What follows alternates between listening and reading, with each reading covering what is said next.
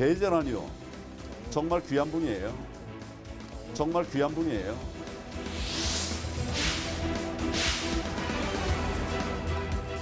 좀 다음 기회를 봅시다. 이게 끝난 게 아니니까 이렇게 말씀하시면서 상처받지 말라고 이렇게 말씀하셨습니다.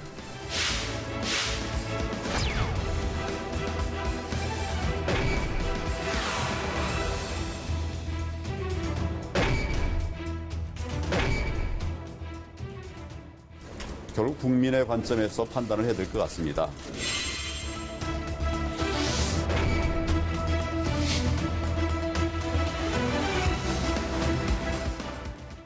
화요일입니다. 부산 사상의 자유한국당 장제원 의원, 충남 논산 계룡 금산의 민주당 김종민 의원 자리했습니다. 어서 오십시오. 안녕하세요. 안녕하세요. 쟁탈전 안 하는데요. 아, 쟁탈전 할 이유가 전혀 없어요. 뭐 보류도 아니고 이 이제 논란은 종식돼야 된다고 봅니다. 네. 예. 저 박찬주 전 대장은 공천 안 하는 걸로 당내에서 글쎄 정리가.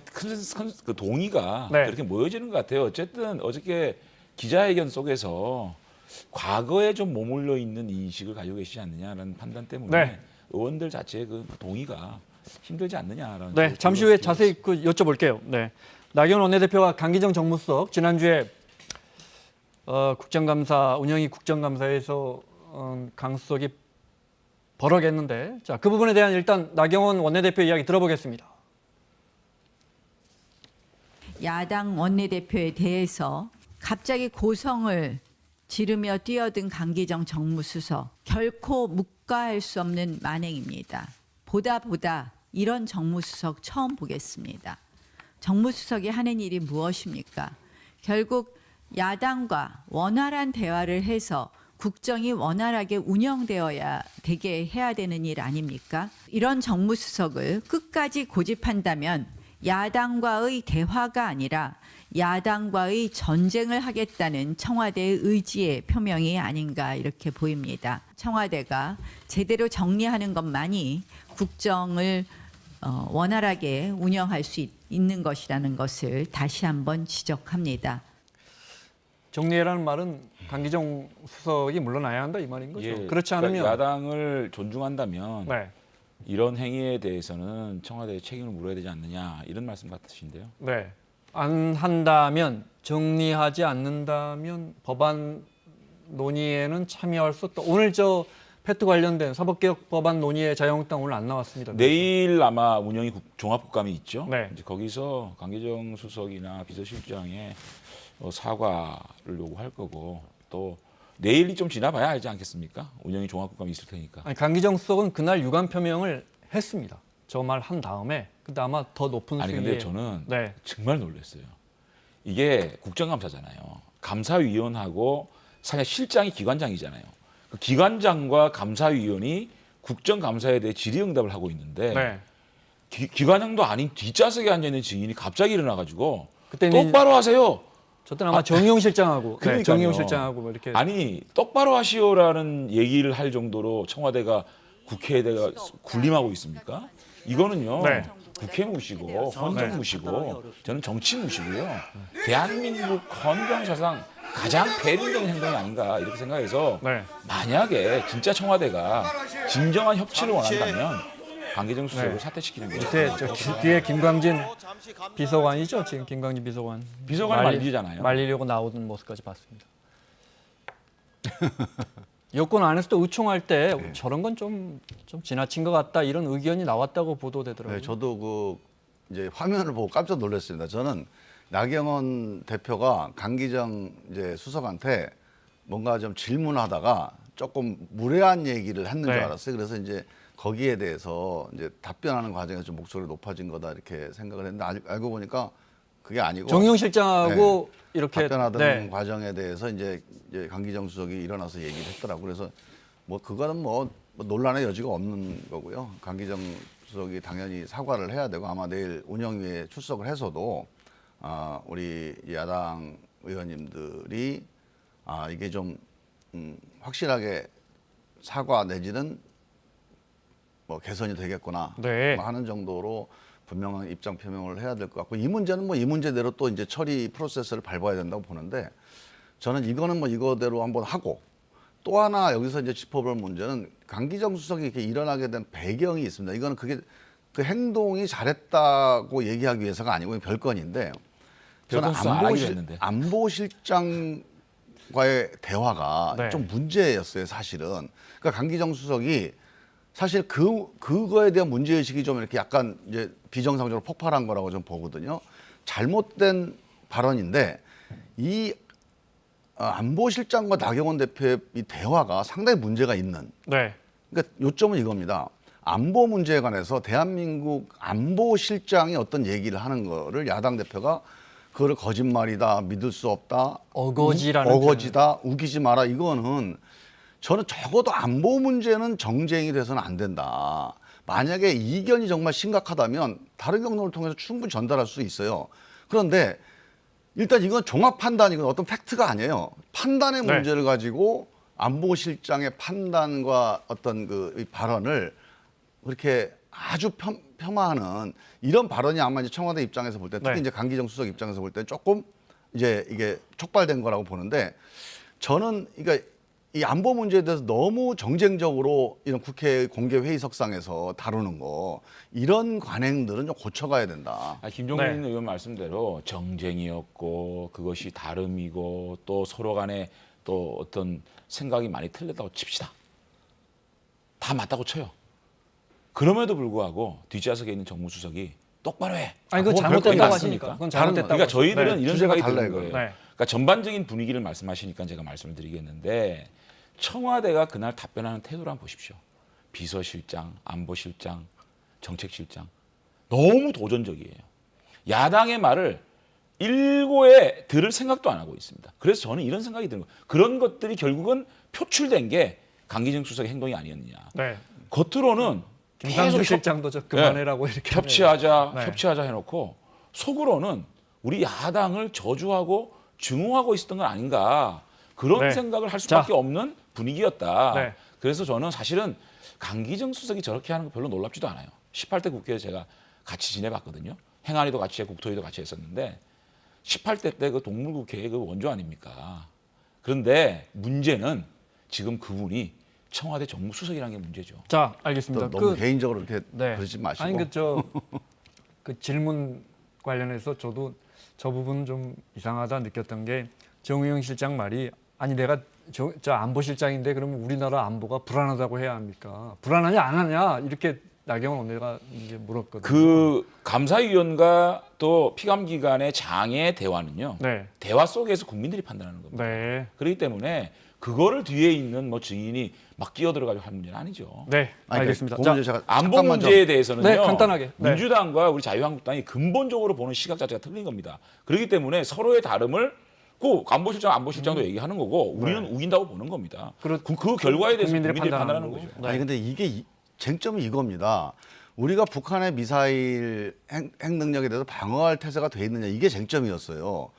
당연히 안보실장은 지난 3년 동안 충분히 준비를 많이 했습니다. 전 정부보다 훨씬 더 많이 했습니다. 가령 우리가 현무2라고 하는 미사일인데 훨씬 더 성능이 좋아요.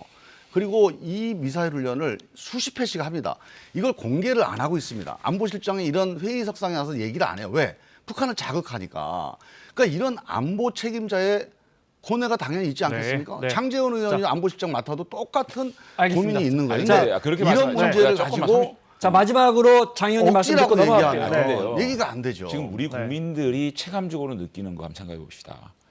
거의 모닝콜 수준으로 미사일을 쏘아대지 않습니까? 그리고 대통령의 모친상이 났는데 바로 그 다음 날 미사일을 쏘지 않겠습니까? 그렇기 때문에 북한의 도발에 대한 걱정을 하는 겁니다. 거기에 네, 대해서 네. 안보실장한테 물어보면 안보실장은 그 부분에 마저도 겸허하게 좀 그 우리의 입장이나 우리의 생각들을 수용하는 자세를 가져야죠. 그걸 억지라고 국민들이 하면 안 걱정하고 되죠, 있지 않습니까? 네. 잘 자, 들어야지. 박찬주 전 대장 이야기 좀 하겠습니다. 영입을 공식화한 건 아니지만 영입을 취소한 건 아니지만 당 의원들 사이에서 이분은 안 되겠다라는 공감대가 형성된 것 같다 이렇게 말씀해 주신 것 같고 하여튼 이분이 화제입니다. 네. 민주당 입장에서는 막 고맙죠. 고맙지는 않고요. 네. 자, 그 어제 이제 박찬주 전 대장이 했던 기자회견 중에 논란이 됐던 부분 어제 들어본 부분이 있고 어제 듣지 못한 부분 잠깐 들어보겠습니다. 저를 정치 현장으로 불러들인 것은 황교안 대표가 아닙니다. 문재인 대통령입니다. 이 정부는 육군 대장을 포승줄로 묶어서 군사법원에 세움으로써 그것을 적폐청산의 상징으로 이용하려고 했던 겁니다. 논란이 되고 있는 공감병 갑질에 대해서 제가 말씀을 드리겠습니다. GOP 유배반했다는 것은 그 공감병들이 나중에 전역을 해서 친구들 만나면 군대 얘기하면 도대체 우리 공감병들은 무슨 얘기를 하려나 그런 생각도 들고, 그래서 저는 아주 좋은 생각으로 일주일 정도 전방에 가서 전선을 바라보고 북한군도 쳐다보고 분단의 현실을 한번 느껴보도록 하는 게 좋지 않겠느냐. 그래야 나중에 전역해서도 좀 떳떳하지 않겠느냐 해서 보낸 겁니다. 뭐 감을 따라고 했다. 공관장이 상사입니다. 많은 분들은 왜 남의 자식을 데려다 부려먹냐 그러시는데 그거는 오해하시는 겁니다. 여러분, 상사가 낮은 계급입니까? 제가 부려먹는 게 아니고 편제표에 나온 대로 임무를 수행하는 겁니다. 부모가 자식을 나무라는 걸 갑질이라고 할 때 없듯이 사령관이 병사들에게 지시하는 걸 여러분 갑질이라고 표현하면 그거는 지휘체계를 문란시키는 겁니다. 자, 어제 나온 부분 중에 이 질문 하나 드릴까요? 그러면 공간에 감이 열렸어요. 그 사성 장군이 따야 되냐? 이거하고 골프 연습장에 공을 그러면 사성 장군이 주우러 가야 되느냐? 누가 따야 돼요? 누가 주워야 합니까? 그거는 뭐 저분 말대로 업무 편제표대로 하면 돼요. 네. 지금 그 감 딴 게 문제가 아니고 뭐 골프공을 주워온 게 문제가 아니라 네. 우리가 이제 공소장을 통해서 이제 국민들이 접한 그 여러 가지 사실관계들, 특히 이제 저분은 뭐 좀 덜하다고 볼 수 있는 이제 저분 부인이 조금 심했던 것 같아요. 네, 재판 중입니다. 그래서 네. 그 문제에 대해서 모든 걸 다 이렇게 방어하거나 변명하려고 그러면 제가 보기엔 이 논쟁은 안 끝날 것 같고요. 저는 이제 저분의 인식도 문제지만 한국당이 이제 저분을 영입하겠다고 판단한 판단력 있잖아요. 네. 특히 이제 황교안 대표가 판단을 하셨는데 삼고 초려했다고요? 네, 삼고 초려를 하시고 지금도 끝난 게 아니라고 계속 주장을 하셔요. 삼천교육도 얘기가 나왔는데도 그렇게 얘기를 하십니다. 그러니까 우리 홍준표 전 대표가 얼마나 답답하면 50 검사가 50 장군, 50 군인을 영입했다 이렇게 얘기를 하겠어요. 그건 썼다가 완전히 내렸습니다. 이게 시차 적응을 너무 못하고 있는 거거든 지금. 네, 네. 저는 이 점에 대해서는 한국당이 한번 돌아볼 필요가 있다. 이게 뭐냐? 네. 핵심이 이겁니다. 지금 저 박찬주 씨를 왜 영입했겠어요? 국정농단 때 심하게 당했다는 것 때문에 영입한 거예요. 그러니까 국정농단 때 수사받거나 처벌받은 거를 당했다고 생각하는 거예요. 이게 적폐청산의 과정에서 반성하고 개선해야겠다 이게 아니고 당했다, 보복해야겠다. 이번 총선이 그 국정농단에 당했던 걸 보복하는 선거로 네. 착각하는 거 아닌가.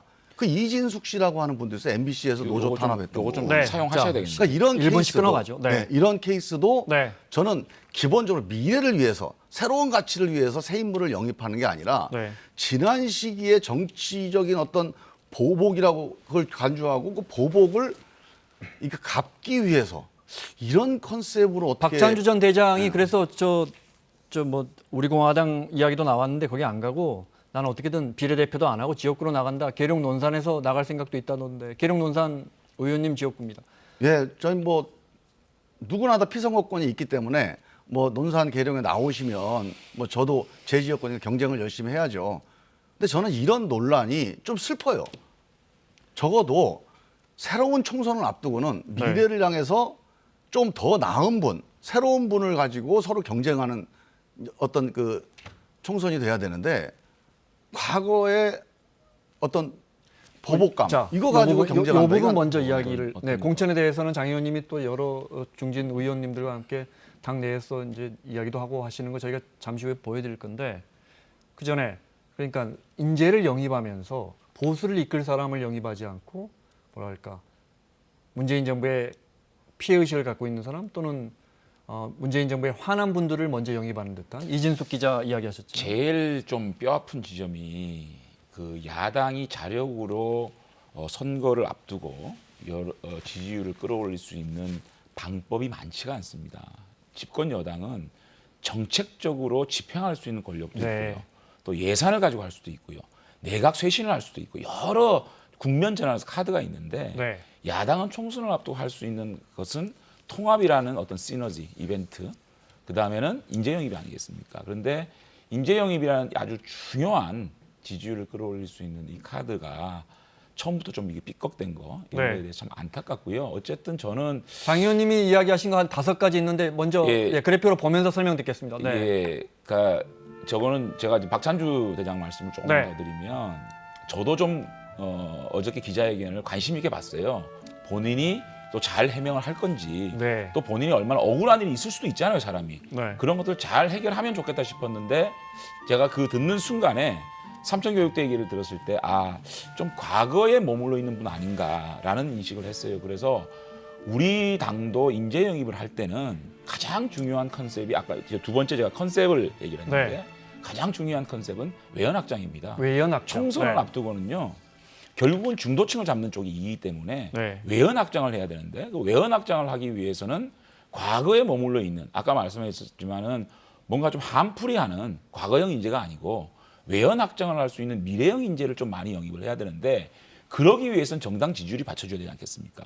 정당 지지율이 받쳐주기 위해서는 그래야 훌륭한 분들이 들어올 우리 겁니다. 바로 옆에 있는 네. 개혁 보수라는 지점을 확고하게 갖고 있는 유승민 의원을 비롯한 그 바른정당 계라는 그 변혁이라는 세력이 있지 않겠습니까? 네. 이분들과의 통합을 우선적으로 함으로 인해서 그런 컨벤션 효과를 만들어내고 당의 외연이 넓어지면 네. 또 외연 확장을 할 수 있는 인재도 많이 들어올 수 있지 않겠습니까? 이제 그런 것들이 좀 중요하다고 보고 세 번째는 제가 좀 이자스민 의원을 두고 좀 말씀을 드렸는데 제가 이제 여러분들을 좀 만나면서 우리 당에 좀 들어오시겠습니까라는 인재들을 만나서 네. 얘기해 보면 너네 당은 일회용으로 선거 때만 쓰지 않아?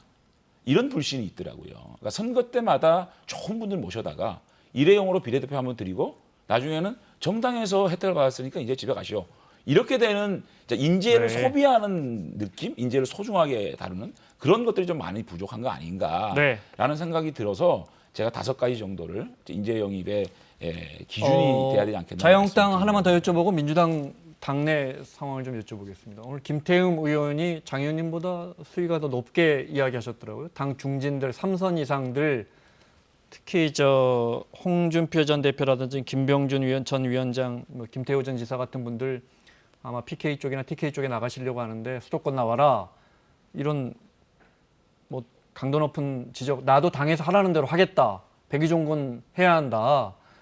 이런 건 어떻게 받아주셨어요? 취지는 제가 공감을 하고요. 네. 특히 이제 김태형 의원이 유승민 의원 쪽과 통합을 해야 된다라는 말씀을 하셨기 때문에 그 부분은 네. 굉장히 공감을 하는 부분이고요. 그 다음에 이제 그 우리 전통적인 지지 기반에서 다선을 했던 분들이 좀 험지에 나가든지 용퇴를 하라라는 말씀의 취지는 공감을 하는데 그것이 인위적으로 일어났을 때는요. 네. 그런 물갈이가 정당 지지율이 압도적으로 받쳐줬을 때는 그게 가능한데 현재 정도의 정당 지지율을 가지고는 아주 분열된 보수가 분열된 상황에서 총선을 치를 가능성이 있거든요. 그렇기 때문에 그 부분은 네. 이렇게 막 밀어붙이기보다는 어떻게 보면 지도부의 아주 정치력을 바탕으로 해가지고 네. 그런 것들이 자연스럽게 스스로 일어날 수 있는 그런 방법론에 있어서는 조금 좀 생각을 좀 아주 해봐야 간단하게 요거 하나만 더 여쭤볼게요. 김무성 전 대표가 이런 말 했죠. 지금 대통령 아무리 비판해봤자 소용없고 보수 통합에 이긴다. 그렇습니다. 동의하십니까? 동의합니다. 네. 그게 최우선입니다. 네, 알겠습니다. 민주당도 386 의원들 네. 사실 그동안 많은 우리 사회에서 많은 역할을 했는데 용태 의견이 나와요. 그죠? 이제 시대가 바뀌었고 뭐라 할까? 이제 방을 빼줄 때가 됐다라는 의견 나와요. 당내에서 그런 의견들이 상당히 있습니까? 저는 뭐 그게 이제 386 무슨 뭐 어떤 뭐 험지와 뭐 양지 이런 구분보다는 네. 이런 겁니다. 3선을 했던 4선을 했던 386들이 벌써 3선 막 이러니까요. 예, 네. 4선을 했던 할 일이 남아 있으면은 또 도전해야 돼요. 네, 네. 그동안 이렇게 해왔는데 아직 이게 모자랍니다. 아직 다 못 왔습니다. 근데 이 얘기가 할 얘기가 없는데도 또 한 번 하는 거는 저는 옳지 않다고 봅니다. 제가 얼마 전에 원혜영 의원님이 네. 이제 불출마를 하시겠다고 고민을 하시더라고요. 네. 그 제가 5선인가 6선 그러시죠? 예, 네. 5선이시죠. 네. 이번 6선을 해야 되는데 네. 이분이 내내 4선 내내 이거 통합형으로 국정을 이끌기 위한 개헌, 선거법 개정을 위해서 정말 온 힘을 다해서 노력을 해오셨는데 네. 아직 이게 지금 진도가 안 나갔어요.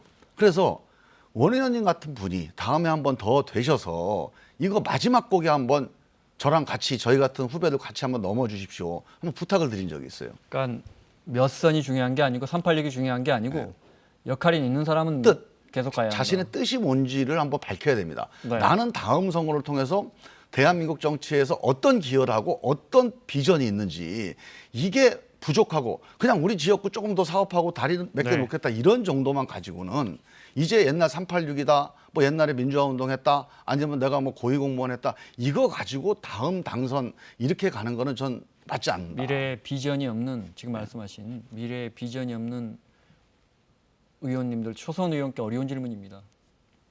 그런 분도 당내 많다 이렇게 보십니까? 그거는 제가 의원님 한 분 한 분의 비전을 제가 속단할 수 없지만 네. 적어도 이제 당 쇄신에 대해서 여쭤보는 예, 주로 그 주요 인사들 중에서 정말 지금 핵심이 뭡니까? 그 국회가 이대로 가서는 대한민국 미래 없다는 거 아닙니까? 네. 그 우리가 무슨 대한민국의 경제를 어떻게 바꾸겠다, 안보를 어떻게 바꾸겠다 이전에 네. 그거를 바꿀 수 있는 국회라는 시스템 자체가 지금 완전히 탄핵 지경에 이르렀어요. 이 국회를 어떻게 바꾸겠다라고 하는 자기의 네. 소신과 비전, 전략 이게 확고한 분들이라야 저는 네. 다음에 도전해서 새로운 정치를 할 수 있다. 네. 저희들이 총선을 앞두고 지금의 모습을 보면 많이 긴장을 해야 되지 않을까라는 자성을 해봐요. 최근에 민주당이 총선 기획단을 만들면서 그 주류, 비주류, 강성 또 좀 온건파, 또 네. 여성, 청년 두루두루 인선을 한 걸 보니까 야, 그 민주당이 상당히 세련된 전략을 구사하는 정당이구나라는 생각을 해서 특히 이제 제가 어저께 페이스북에 금태섭 의원이 들어간 걸 보고 네. 섬뜩하다라는 표현을 했는데 김태섭 의원 우리 법사위에 있지만은 사실은 대통령께서 사법개혁의 상징으로 생각하는 공수처를 반대하는 목소리를 내는 사람을 사실은 민주당 지지층에서도 탈당해라 막 이렇게 비난이 있었잖아요. 네. 그런 사람을 내치지 않고 중용을 하는 모습을 보고 야 이분들이 이 총선을 대하는 결기가 어떤 건지 느낄 수 있었고 정말 그야말로 거기서 외연 확장과 다양성과 포용성을 함께 보여주는 과연 금태섭 의원이 윤호중 사무총장이나 양정철 민주연구원장이 있는 그 위원회에서 얼마나 역할을 할지는 논외로 하더라도 네. 이 모습 자체가 보이는 전략 자체가 굉장히 세련되고 포용력 있겠고 외연 확장으로 가고 있지 않습니까? 그런 부분들은 우리가 빨리 배워야 좀 더 민주당보다 앞서가야 되는 지점이 아닌가라는 생각을 합니다. 금태섭 의원 이야기 나왔으니까 여쭤봐야겠는데요. 얘기 재밌겠는데요, 이 질문? 아마 이제 이른바 조국 전 장관 그 상황에서 어쩌면 법사위에서 김종민 의원님이 가장 전방에 서고 어떻게 보면 당의 의견과 가장 반대된 스탠스를 취했던 분이 금태섭 의원입니다. 네, 금 의원이 총선 기획단에 들어간 거에 대해서 어떻게 생각하십니까? 저는 금태섭 의원이 총선기획단에 들어간 거는 의미가 있다고 생각이 들어요. 저는 금태섭 의원하고 의견을 많이 달리했습니다. 네. 사실 숫자로 보면 같은 의견이 훨씬 많았지만 우리가 국민들이 많이 이제 쟁점으로 관심 가져야 하는 여러 가지 사법개혁안에 네. 대해서 공수처안에 대해서 문제 지적이 저는 일리가 있다고 봤어요. 아예 반대되는 경우도 있으셨죠. 네. 그러니까 네. 그런데 네. 저는 금태섭 의원이 소신을 달리하는 거는 일리가 있을 수 있다. 하지만 당에서 당론을 결정됐으면 따라야 된다. 뭐 그런 입장에서 저는 이제 의견을 좀 달리했고 또 이제 그 지난번에 법사위 과정에서는 네. 뭐 다른 생각이 다른 게 여러 개 있었죠. 근데 저는 금태섭 의원 정도의 어떤 이견이 우리 당에서 소화되지 못한다면 우리 민주당이 갖고 있는 어떤 역동성, 생명력 또 이런 게 국민들한테 전달이 안 될 거다. 저는 그런 점에서 금태섭 의원의 의견대로 당이 가진 않습니다. 하지만 그 이견을 소화할 수 있는 능력을 네. 민주당은 보여줘야 된다. 아니, 그러니까 저는 그렇게 저는 봅니다. 민주당을 볼 때 가장 민주당의 아킬레스건이라는 게 이제 친노 패권주의, 친문 추멸주의 뭐 이런 거가 사실 우리 국민들이 볼 때는 굉장히 좀 안 좋아하는 모습이었는데 외형적으로나마 금태섭 의원을 이제 포용함으로 인해서 그런 것도 좀 깬 모습들 보이지 않았냐. 내용적으로는 모르겠습니다만은 외형적으로 국민들의 느끼는 이미지상 그런 어떤 그 이미지를 또 줄 수 있는 전략적 선택 아니었느냐. 저는 이렇게 생각합니다. 알겠습니다. 자, 마지막 주제 하나 볼까요? 네. 트럼프 대통령이 문 대통령께 그 강한옥 여사 모친상과 관련돼서 위로 메시지를 담은 친서를 보내왔는데, 네. 흥남 철수 그 스토리를 담아서 이남과 이북에 있는 가족들이 재회하는 그날 위해 변함없는 노력을 하겠다라는 의미 있는 메시지를 보내왔어요. 제가 준비한 질문은 자유한국당에서 계속 한미 관계가 붕괴됐다, 역대급으로 안 좋다라고 지적하는데, 전 그런 생각이 변함이 없습니다. 네, 그러니까 저런 편지를 통해서 한미 정상 간의 관계가 돈독하다는 게 드러났으면 좋겠다. 실제로 저렇게 좋았으면 좋겠다는 생각을 네. 하지만 가장 제가 볼 때는 걱정되는 한 예로 G20 정상회담을 할 때는 늘 한미일 공동 정상회담을 상징적으로 했어요. 그런데 이번에는 미국과 일본과 인도가 같이 했거든요. 그러니까 저희의 외교나 안보가 한미일 자유주의 동맹과 북중러 사회주의 동맹이 대척을 이루면서 힘의 균형을 이루면서 견제와 균형을 하면서 이루어왔는데 대한민국을 그 동맹에서 빼낸 건 아닌가라는 걱정을 하면서 늘 미국과는 방위비 분담금 올려내라 이런 청구서만 받아오고 있지 않습니까? 이런 차원에서 사실 좀 저런 그 서신이 오는 걸 보고 좀 마음은 놓이는데 그럼에도 불구하고 좀 더 미국과의 혈맹 관계를 복원해서 우리 외교가 고립된 외교에서 탈피를 해야 되지 않겠느냐는 생각은 제가 가지고 있습니다. 지금 제가 우리 장제원 의원님 말씀 중에 한 가지 꼭 바로잡고 넘어갈게요.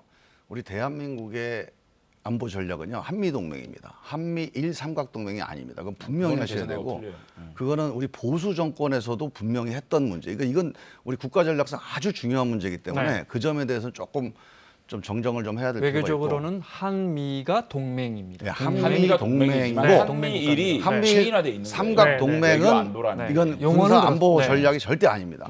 자, 그다음에 지금 이제 이 트위터를 보냈잖아요. 트위터를 공개했어요. 저는 이제 이 정상의 행위라고 하는 거는 나름대로 다들 어떤 트위터를 아니 이번에 판단이 있는 친서로 거예요. 직접 보냈어요. 친서로 보냈죠. 다 판단이 있는 거거든요. 저 메시지는 일단은 의례적으로 또 인간적인 어떤 뭐 그런 유대를 표시하는 것도 있지만 보다 더 본질적인 것은 지금 북미 간의 핵 협상을 둘러싸고 상당히 난항을 겪고 있잖아요. 이 난항에도 불구하고 이 한반도 문제를 푸는 데 있어서 한미 간에 함께 가자, 함께 가고 있다. 이 메시지를 저는 공개적으로 밝히는 거다. 그래서 저는 이런 것들 살려줘야 됩니다. 지금 현실이 좀 어렵더라도 이런 새로운 모멘텀들, 새로운 에너지들을 살리고 가자. 전 그런 점에서 상당히 좋다고 봐요. 살려주고 싶어요. 그리고 이렇게 됐으면 좋겠고요. 다만 이 트럼프라는 아주 정치적인 행동들을 잘하는 분이 한미 정상회담 할 때마다 너무 짧게 하고 또 공동 기자회견을 할 때 본인이 모든 얘기를 해버리는 그것도 상당히 정치적 함의를 담고 있는 거거든요. 그런 것들을 볼 때 많은 걱정을 하게 되는 것이고 실제로 드러나는 거는 한미 방위비 분담 증액해라라는 영수증을 받아오는 거니까 사실은 저런 어떤 그 모습들이 저도 존중하고 싶고 좀 더 한미 정상에 가까워지는 계기가 됐으면 좋겠다 싶지만 현실로 드러나는 이 사실이 좀 아직 많이 부족한 거 아닌가라는 생각을 앞서서 한 가지만 더. 지금 정상회담 관련해 가지고 이제 뭐 면담 시간이 짧다 길다 뭐 악수를 했냐 이런 거 가지고 자꾸 논란하잖아요. 제가 정상회담을 노무현 대통령 때 한 20번 정도를 같이 배석했거든요. 예를 들어서 푸틴 같은 경우는 다른 정상을 1시간을 기다리게 해요.